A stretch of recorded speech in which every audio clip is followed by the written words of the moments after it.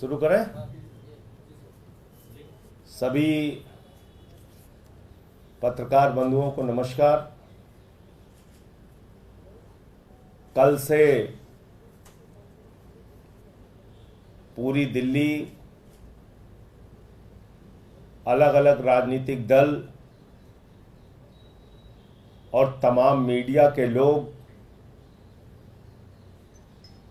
Coaching centre Rajendra Nagar में हुई घटना पर चर्चा कर रहे हैं, अपनी चिंता जता रहे हैं। निश्चित रूप से यह घटना दर्दनाक है, पीड़ादायक है, दुर्भाग्यपूर्ण है और इसलिए मैं ईश्वर से प्रार्थना करता हूं, जो छात्र इस दुर्भाग्यपूर्ण घटना में मारे गए हैं, उनकी आत्मा को प्रभु शांति दे। उनके परिवार पर जो ये अपार कष्ट आन पड़ा है, उनके परिवार को प्रभु शक्ति दे कि उनको ये पीड़ा वो सहन कर सकें। ये कोई छोटी घटना नहीं है, लेकिन ये घटना क्यों हुई, इसके बारे में भी जरूर हम लोगों को बात करनी होगी। आज किस प्रकार से एक ऐसी सरकार जो दिल्ली ही नहीं पूरे देश में सबसे बेहतरीन काम करके दिखा रही है, एक ऐसी सरकार जिसके मॉडल के बारे में वो चाहे शिक्षा का हो, स्वास्थ्य का हो, अमेरिका जैसे देश में चर्चा हो रही है, आज उस मॉडल को बदनाम करने की किस प्रकार की साजिश रची जा रही है, ये आपके सामने मैं बताना चाहूंगा। आज पूरा प्रयास भारतीय जनता पार्टी का, केंद्र की मोदी सरकार का और उनके प्रतिनिधि के रूप में एलजी का एक ही प्रयास है कि दिल्ली वालों की जिंदगी को नरक बना दो, दिल्ली वालों को गंदगी में रहने के लिए मजबूर कर दो, दिल्ली वालों को नाले के पानी के बीच में रहने के लिए मजबूर कर दो। बारिश आए तो तहस नहस की स्थिति हो जाए। यह मंशा है भारतीय जनता पार्टी की, यह मंशा है एलजी साहब की। और यह बात मैं कोई हवा में नहीं कह रहा हूं, इसके प्रमाण अब आप सबके सामने आ गए हैं। 28 जून को एक बैठक हो रही है, जिस बैठक के अंदर हमारे कैबिनेट मंत्री सौरभ भारद्वाज जी, आतिशी मार्लेना जी, गोपाल राय जी, इमरान हुसैन जी मौजूद हैं। दिल्ली के चीफ सेक्रेटरी मौजूद हैं और तमाम अधिकारी मौजूद हैं अलग अलग विभागों के। सौरभ भारद्वाज जी कह रहे हैं नाले भरे हुए हैं, डीसिल्टिंग कराइए, बाढ़ का पानी भर जाएगा, परेशानी होगी लोगों को। आतिशी जी बोल रही हैं, इमरान हुसैन बोल रहे हैं, गोपाल राय जी बार बार कह रहे हैं लेबर बढ़ाओ, क्यों नहीं आप काम कर रहे हैं, समस्या दिल्ली में बढ़ जाएगी। अधिकारी किसके कहने पर यह सब कुछ कर रहे हैं? किसके कहने पर अधिकारियों की हिम्मत हो रही है कि वो डीसिल्टिंग नहीं करा रहे, नाले नहीं साफ करा रहे? ये कोई और नहीं, दिल्ली के एलजी महोदय हैं और भारतीय जनता पार्टी की साजिश का हिस्सा है कि दिल्ली की सरकार को बदनाम करो।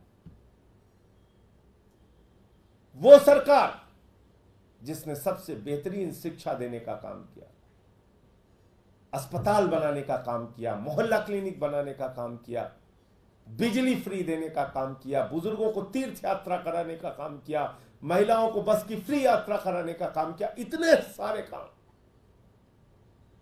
उस सरकार को बदनाम करो, ये बीजेपी और एलजी की साजिश है।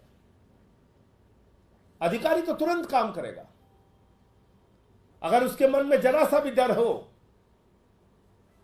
कि हम सफाई नहीं कराएंगे तो हमारे खिलाफ कार्रवाई कर देंगे एलजी साहब, क्योंकि आप जानते हैं एक ऐतिहासिक फैसला भारत की सर्वोच्च न्यायालय के 5 जजों ने दिया था कि दिल्ली की चुनी हुई सरकार के पास अधिकारियों की ट्रांसफर, पोस्टिंग और कार्रवाई का अधिकार होना चाहिए।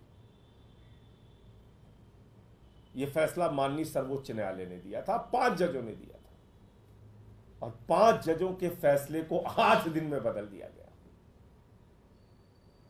आज देश की संसद में इसके बारे में चर्चा हुई। मैंने अनुरोध किया कि वो वीडियो देखिए और पूछिए उन अधिकारियों से कि किसके कहने पे काम नहीं कर रहे।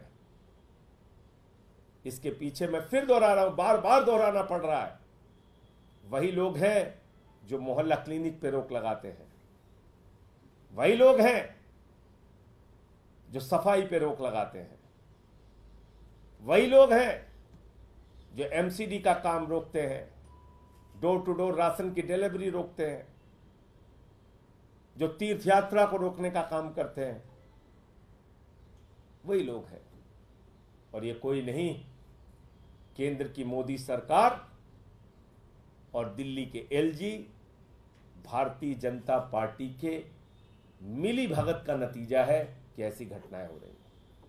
ये कोचिंग सेंटर में, बेसमेंट में कोचिंग की क्लासेस और लाइब्रेरी, ये आज से चल रहे हैं क्या? ये आज से चल रहे हैं? 25-25, 30-30 साल पुराने कोचिंग सेंटर हैं। 25-25, 30-30 साल से बेसमेंट में उनकी क्लासेस चल रही हैं, उनकी लाइब्रेरी चल रही है। 15 साल तक तो एमसीडी में भारतीय जनता पार्टी थी, उसने कार्रवाई क्यों नहीं की? हमारी मेयर तो कल से बहुत सारे जो अवैध कोचिंग सेंटर चल रहे थे बेसमेंट के अंदर, उसको सील कर रही है, कार्रवाई कर रही है।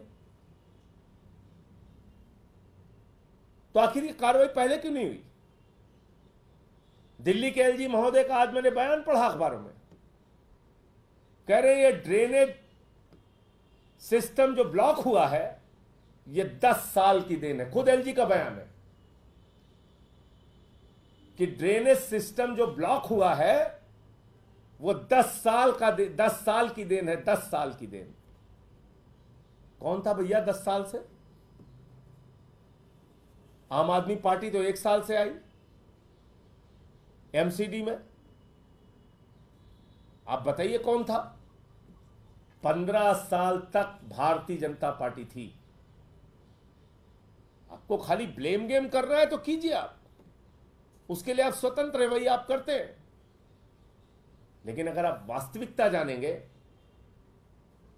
तो आप मुझे बताइए 10 साल से अगर खुद एलजी कह रहे हैं कि ड्रेनेज जो ब्लॉक हुआ है, ड्रेनेज सिस्टम जो बर्बाद हुआ है वो 10 साल की देन है, तो 10 साल में कौन था?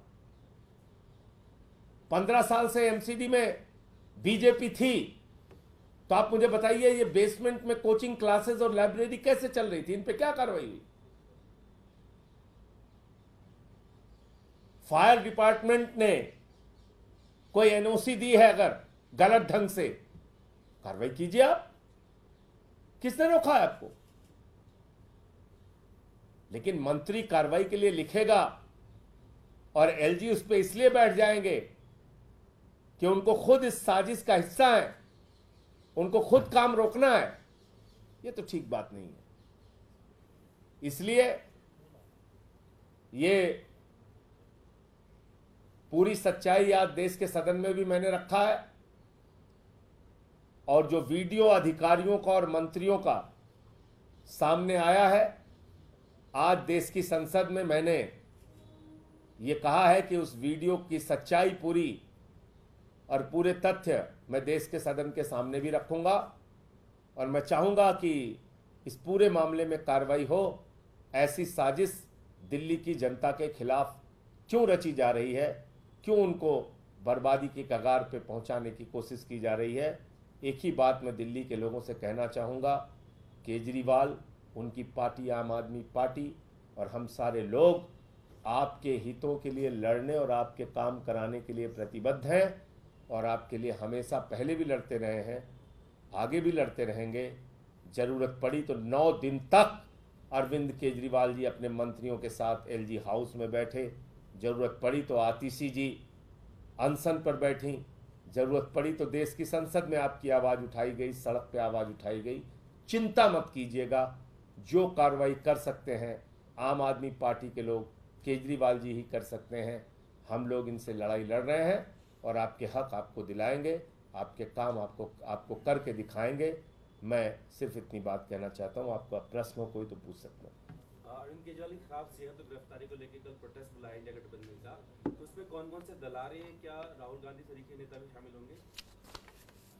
देखिए, कल जो पार्टियां जिन्होंने कंफर्मेशन दिया है कि वो इस प्रोटेस्ट में शामिल होंगे, उसमें Congress party, Samajwadi party, TMC, DMK, CPM, CPI, Jharkhand Mukti Morcha, NCP का शरद पवार जी का गुट, शिवसेना का उद्धव ठाकरे जी का गुट,